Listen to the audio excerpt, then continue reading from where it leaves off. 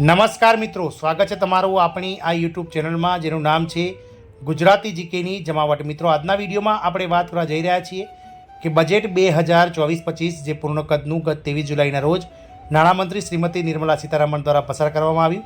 આમાં સરકારી કર્મચારી અને પેન્શનર્સોને ફરીથી નિરાશા સાંપડી છે, કારણ કે સરકાર દ્વારા સરકારી કર્મચારી અને પેન્શનર્સની જે મુખ્ય માંગ હતી, જેમાં 8મા પગાર પંચનું મિત્રો ગઠન કરવું એટલે કે નિમણૂક કરવી, ઓપીએસ લાગુ કરવી, એનપીએસને નાબૂદ કરી અને ત્રીજું કે કોરોના સમયનું જે 18 મહિનાનું જે ડીએડીઆર એરિયસ રોકવામાં આવ્યું હતું તેને મિત્રો રિલીઝ કરવું। આ ત્રણ મુખ્ય માંગોને લઈ અને સરકાર સમક્ષ જે છે તે બજેટ પહેલાં ઘણી ચર્ચાઓ થઈ હતી અને ક્યાંક ને ક્યાંક લોકસભાની ચૂંટણીમાં આ કર્મચારીઓની નારાજગીનો ભોગ ભાજપ સરકારને બનવું પડ્યું છે અને ગત 2019 અને 2014ની જે લોકસભાની ચૂંટણીઓની જે પરિણામો છે તેના મિત્રો વિપરીત પરિણામો આ વખતે ભાજપ સરકારને મળ્યા છે અને 70થી 80 બેઠકો જે છે તે ઓછી મળતા સરકાર હવે કર્મચારીઓને સાથે લઈને ચાલશે તેવું બજેટમાં મિત્રો કર્મચારીઓ જોઈ રહ્યા હતા, પરંતુ બજેટમાં આની કોઈ જાહેરાત ન કરાતા સરકાર દ્વારા જે છે તે મિત્રો ફરીથી નિરાશા આ કર્મચારીઓને આપવામાં આવી હતી અને ફરીથી સરકારી કર્મચારી અને પેન્શનર્સોની ઉપેક્ષા સરકાર કરી રહી હોય તેવું લાગી રહ્યું છે। પરંતુ આ તમામ અટકળો વચ્ચે મિત્રો આ 7 રાજ્ય સરકારો દ્વારા રાજ્ય સરકારના પેન્શન મેળવતા વિવિધ કર્મચારીઓ માટે મોટી ભેટો જાહેર કરવામાં આવી છે। મિત્રો, તો જાણીએ વિડીયોમાં વિગતવાર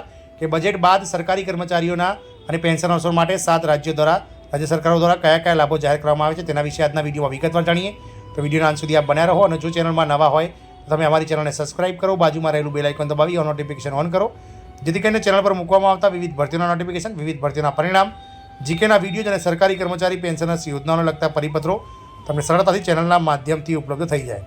તો મિત્રો વાત કરીએ તો રાજ્ય સરકારો પેન્શન મોંઘવારી ભથ્થું તેમના પેન્શનરોના પેન્શનમાં સુધારા અંગે સમયાંતરે મહત્વપૂર્ણ આદેશો જારી કરતા જ રહી છે। એ શ્રેણીમાં બજેટ 2024 પછી મધ્યપ્રદેશ, મહારાષ્ટ્ર, ઉત્તર પ્રદેશ અને રાજસ્થાન, હરિયાણા, ઉત્તરાખંડ અને રાજ્ય સરકારો દ્વારા તેમજ બિહાર સરકારે પણ પેન્શનરોને અદ્ભુત ભેટ આપી છે। ચાલીએ વિડીયોમાં વિગતવાર જાણીએ। તો મધ્યપ્રદેશ સરકારે આપી અદ્ભુત ભેટ। તો વાત કરીએ મધ્યપ્રદેશની મોહન યાદવ સરકાર, તો મોહન યાદવ સરકારે પેન્શનરોને એક અદ્ભુત ભેટ આપી છે। તેમના મોંઘવારી ભથ્થામાં 4% વધારો કરવામાં આવે છે। કુલ મોંઘવારી ભથ્થું 42% હતું, જે વધારીને 46% કરવામાં આવી છે।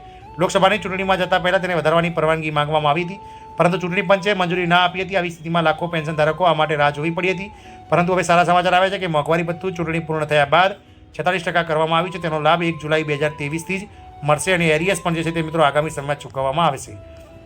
વાત કરીએ બિહાર સરકારની, તો બિહાર સરકારે પણ એક મહત્વપૂર્ણ આદેશ જારી કર્યો છે, જેમાં 6ઠ્ઠા પગાર પંચ મુજબના પેન્શન મેળવતા કર્મચારીઓના મોંઘવારી ભથ્થામાં 9% અને 5મા પગાર પંચ અંતર્ગત પેન્શન મેળવતા કર્મચારીઓના પેન્શનમાં મિત્રો 17% વધારો કરવામાં આવે છે। 1 જાન્યુઆરી 2024થી કુલ મોંઘવારી ભથ્થું 239% દરે ચૂકવવામાં આવશે, જ્યારે 5મા પગાર પંચ મુજબના પેન્શન મેળવતા કર્મચારીઓને 1 જાન્યુઆરીથી 443% મોંઘવારી ભથ્થું ચૂકવવામાં આવશે। તેમના મોંઘવારી ભથ્થામાં પણ 16% વધારો કરવામાં આવે છે। આ સાથે બિહાર સરકારે જે છે તે મિત્રો વધારાનો એક મહત્વપૂર્ણ આદેશ જારી કર્યો છે, જેમાં કર્મચારીઓ અને પેન્શનર્સો કે જેઓ 30મી જૂન અથવા તો 31 ડિસેમ્બરે નિવૃત્ત થાય છે, આવા કર્મચારીઓને હવે 1 જૂન અને 1 જાન્યુઆરીએ વધારાના ઇન્ક્રીમેન્ટનો લાભ પણ આપવામાં આવશે। મહારાષ્ટ્ર રાજ્ય સરકારે પણ મોટી ભેટ આપી છે।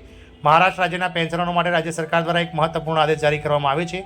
રાજ્ય સરકારના પેન્શનરોના મોંઘવારી ભથ્થામાં વધારો કરવામાં આવ્યો છે। 1 જાન્યુઆરી 2024થી કુલ મોંઘવારી ભથ્થું જે 46% હતું તેને 4% વધારીને 50% કરવામાં આવ્યું છે અને જુલાઈ મહિનામાં પેન્શનની સાથે 50% મોંઘવારી ભથ્થું આપવામાં આવશે અને આગામી 6 મહિનાનું એરિયસ પણ ઓગસ્ટ અને સપ્ટેમ્બર તેમજ ઓક્ટોબર મહિનામાં 2 મહિનાનું ચૂકવી દેવામાં આવશે। રાજસ્થાન સરકાર એડવાન્સ પેન્શન આપશે, તો રાજસ્થાન સરકારે પેન્શન ધારકો માટે એક મહત્વપૂર્ણ આદેશ જારી કર્યો છે, જેમાં કહેવામાં આવ્યું છે કે પેન્શન ધારકો હવે 3 મહિનામાં પેન્શન જેટલી રકમ એડવાન્સ લઈ શકશે। રાજસ્થાન સરકારે એડવાન્સ પેન્શન સ્કીમ શરૂ કરી રહી છે। આ યોજનામાં 1 ઓગસ્ટ 2024થી સમગ્ર પેન્શનનો તમામ પેન્શનરો ફેમિલી પેન્શનરો માટે લાગુ થઈ જશે। રાજસ્થાન સરકારે આ માટે આદેશો પણ જારી કર્યા છે। ઉત્તર પ્રદેશ સરકારની વાત કરીએ તો ઉત્તર પ્રદેશ સરકારે પેન્શન ધારકો માટે એક મહત્વપૂર્ણ આદેશ બહાર પાડ્યો છે, જેમાં પેન્શનરો 3જા, 4થા કે 5મા, 6ઠ્ઠા પગાર પંચમાંથી નિવૃત્ત થયા છે કે નહીં, જો તેમનું મૂળભૂત પેન્શન 9,000 રૂપિયા કરતાં ઓછું હોય તો તેમનું પેન્શન સુધારવામાં આવશે। આ સુનિશ્ચિત કરવા માટે પેન્શનરનું લઘુત્તમ પેન્શન 9,000 રૂપિયાથી ઓછું ન હોવું જોઈએ। આ આદેશમાં સ્પષ્ટપણે તમામ વિભાગોને જણાવવામાં આવ્યું છે કે તેમના વિભાગો અંતર્ગત પેન્શન મેળવતા કર્મચારીઓને કયા પગાર પંચમાંથી તેઓ નિવૃત્ત થયા છે અને ધ્યાનમાં લીધા વિના તેમનું પેન્શન 7મા પગાર પંચ મુજબ સુધારવું જોઈએ। આદેશ મુજબ કોઈપણ વ્યક્તિ પાસે 9,000થી ઓછું મૂળભૂત પેન્શન હોવું જોઈએ નહીં। આ સાથે ઉત્તર પ્રદેશ સરકારે 30મી જૂન અને 31 ડિસેમ્બરે નિવૃત્ત થતા લોકો માટે પણ મિત્રો 1 જુલાઈ અને 1 જાન્યુઆરીના નેશનલ ઇન્ક્રીમેન્ટનો વધારાનો લાભ આપવાનો પણ નક્કી કરવામાં આવ્યું છે। વાત કરીએ હરિયાણા સરકારની, તો હરિયાણા સરકારે એક મહત્વપૂર્ણ આદેશ જારી કર્યો છે, જેમાં એવા કર્મચારીઓ કે જેઓ સરકારી સેવામાંથી નિવૃત્ત થયા છે અથવા કોઈપણ ખાનગી સંસ્થા, સ્વાયત્ત સંસ્થામાંથી નિવૃત્ત થયા છે, તેમનું માસિક પેન્શન 3,000 રૂપિયાથી ઓછું હોય તો તેઓના આ હેઠળ સામાજિક સુરક્ષા યોજના માટે પાત્ર ન હોવા જોઈએ। ઓછામાં ઓછું માસિક પેન્શન 3,000 રૂપિયા હોવું જ જોઈએ। આ અંગે હરિયાણા સરકાર દ્વારા આદેશ જારી કરવામાં આવે છે। આ લાભ EPS 95 પેન્શન ધારકોને પણ મળશે, જેમનું માસિક પેન્શન માત્ર 1,000 કે 2,000 રૂપિયા છે અને હવે તેમને ઓછામાં ઓછું ₹3000 માસિક પેન્શન ચૂકવવામાં આવશે. હરિયાણા સરકારના નાણાં વિભાગ દ્વારા અન્ય એક મહત્વપૂર્ણ આદેશ જારી કરવામાં આવ્યો છે, જેમાં કહેવામાં આવ્યું છે કે જે પેન્શનરોને તેમની કમ્યુટેશન રિકવરી કોર્ટ દ્વારા અટકાવવામાં આવી છે તેમના માટે કમ્યુટેશન રિકવરી કરવામાં આવશે નહીં. હરિયાણા સરકારે સ્પષ્ટપણે કહ્યું છે કે જ્યાં સુધી આ મામલે સંપૂર્ણ કોર્ટનો આદેશ જારી ન થાય ત્યાં સુધી પેન્શનરોની વસૂલાત રોકવામાં આવશે.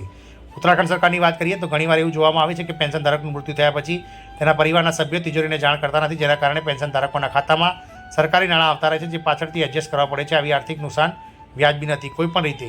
આજે ઉત્તરાખંડ સરકાર દ્વારા એક મહત્વપૂર્ણ આદેશ જારી કરવામાં આવ્યો છે, જેમાં કહેવામાં આવ્યું છે કે પેન્શનરોને તેમનું પેન્શન ટ્રેઝરી દ્વારા ચૂકવવામાં આવે છે અને તેમના મૃત્યુ પછી તેમના કાયદેસરના વારસદારોએ યોગ્ય સમયે પેન્શનની રકમ તિજોરીમાં જમા કરાવવી જોઈએ, માહિતી આપવી પડશે. જો આમ નહીં કરવામાં આવે તો પરિવારના સભ્ય સામે કાર્યવાહી થશે. તમામ વિગતોએ તમામ વિભાગોએ તેમના તમામ પેન્શનરો સાથે આ માહિતી સૂચના આપવામાં આવશે અને ખાતરી કરી શકાય છે કે પેન્શનરનું મૃત્યુ થયાના 1 મહિનાની અંદર મૃત્યુની માહિતી તેમના વારસદાર દ્વારા તિજોરીની ફરજિયાત પણ કરવામાં આવે.